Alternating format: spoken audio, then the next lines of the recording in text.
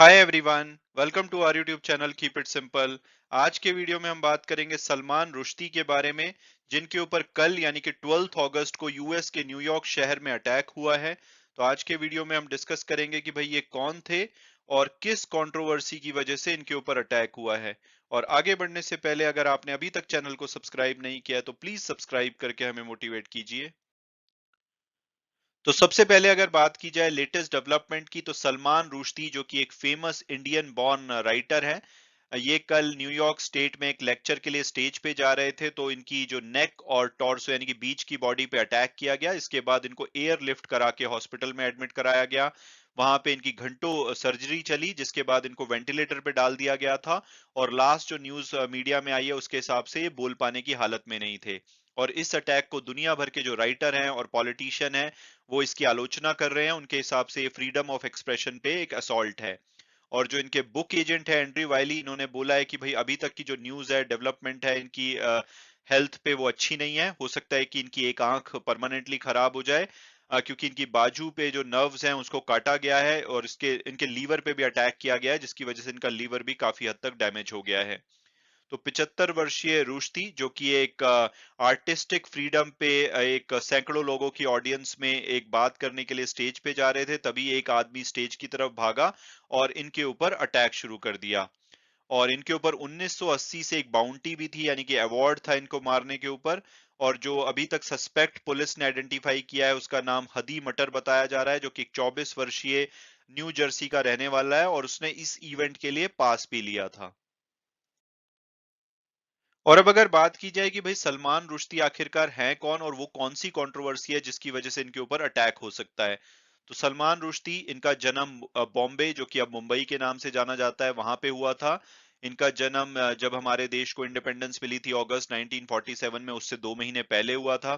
14 साल की एज में इनको इंग्लैंड भेज दिया गया था, जहां पे बाद में इन्होंने हिस्ट्री में ऑनर्स की डिग्री ली थी, जो इंग्लैंड का फेमस किंग्स कॉलेज है कैम्ब्रिज में, वहां से इन्होंने ऑनर्स की डिग्री ली थी।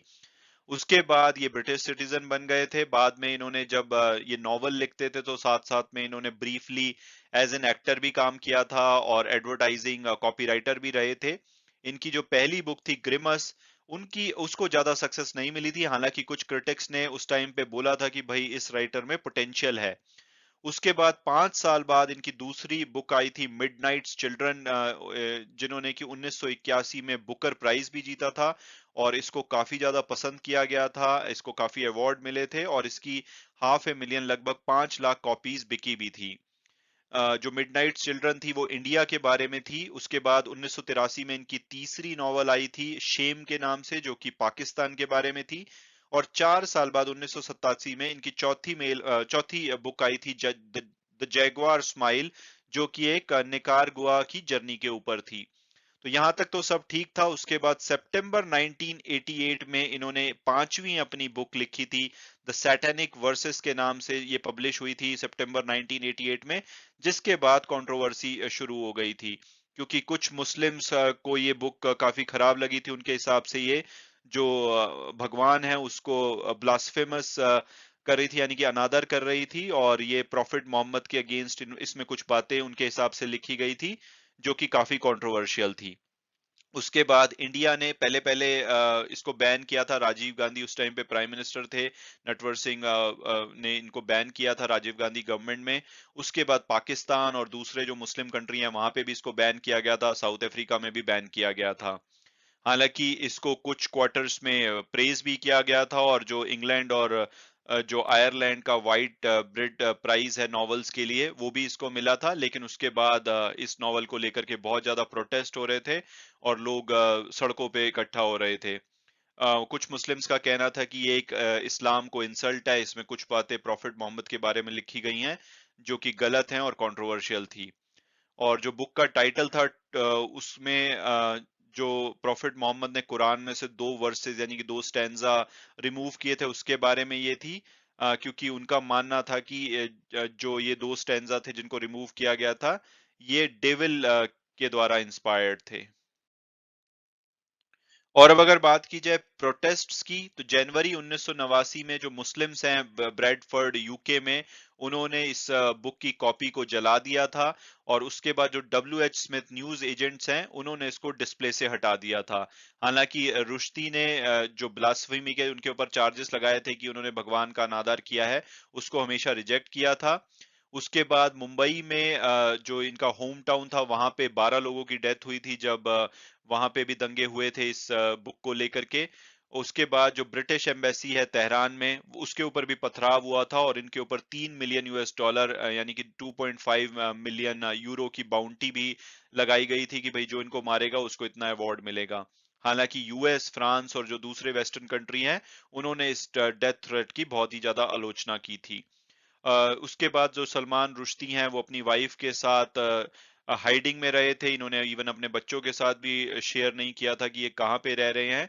और इन्होंने बार बार ये बोला था कि भाई इनको रिग्रेट है अगर इनकी बुक की वजह से मुस्लिम्स को कोई भी आहत पहुंची है। लेकिन फिर भी जो ईरान के सुप्रीम लीडर थे आयतुल्लाह, उन्होंने बोला था कि भाई हम इनको मार के ही चैन लेंगे। और उसके बाद अगर हम यूरोप और अमेरिका में देखें, तो ये बेस्ट सेलर भी बनी थी बुक, क्योंकि एक तरफ तो जो एक्सट्रीम मुस्लिम रिएक्शन था वो तो काफी अगेंस्ट था इसके, लेकिन यूरोपियन कंट्री ने इसको बैक किया था। और इस बीच में जो भी एम्बेसडर थे वेस्टर्न कंट्री के तेहरान में, उनको भी टेम्पररली हटा दिया गया था। तो इस बुक को लेकर के काफी ज्यादा कंट्रोवर्सी हो रही थी। और सिर्फ ये सलमान रुश्दी ही नहीं थे जिनको जिनको धमकाया जा रहा था इस बुक को लेकर के। एक जापानीज ट्रांसलेटर थे इस बुक के, उनको मर्डर कर दिया गया था टोक्यो में जुलाई 1991 में। और उससे पहले एक महीना पहले जो इटालियन ट्रांसलेटर थे इस बुक के, उनके ऊपर भी अटैक किया गया था, हालांकि वो बच गए थे। एक नॉर्वेजियन ट्रांसलेटर थे, उनके ऊपर विलियम नेगार्ड के नाम से, उनको भी गोली मारी गई थी 1993 में उनके घर के बाहर। लेकिन वो भी बच गए थे। 2012 में जो सलमान रुश्दी हैं, उन्होंने एक मेमवा यानी कि अपनी ऑटोबायोग्राफी लिखी थी। और उसमें इन्होंने बताया था कि भाई इस बुक को लिखने के बाद उनकी लाइफ कैसी थी और क्या क्या कंट्रोवर्सीज थी, तो उसको भी इन्होंने लिखा था। और जो डेथ सेंटेंस जो ईरान के सुप्रीम लीडर ने अनाउंस की थी कि भाई इनको मारना चाहिए, उसको फॉर्मली ईरान की गवर्नमेंट ने 1998 में स्टॉप कर दिया था कि भाई हम इनको ऐसा मारने के अब नहीं देख रहे हैं ऑफिशियली। और उसके बाद ये काफी ज्यादा इन्होंने फ्रीडम भी एंजॉय करी थी, ये एक पब्लिक इवेंट भी अटेंड कर रहे थे, क्योंकि ये 2016 में इनको यूएस की सिटीजनशिप भी मिल गई थी, तो वहां पे रेगुलर टीवी वगैरह पे अपीयर होते थे।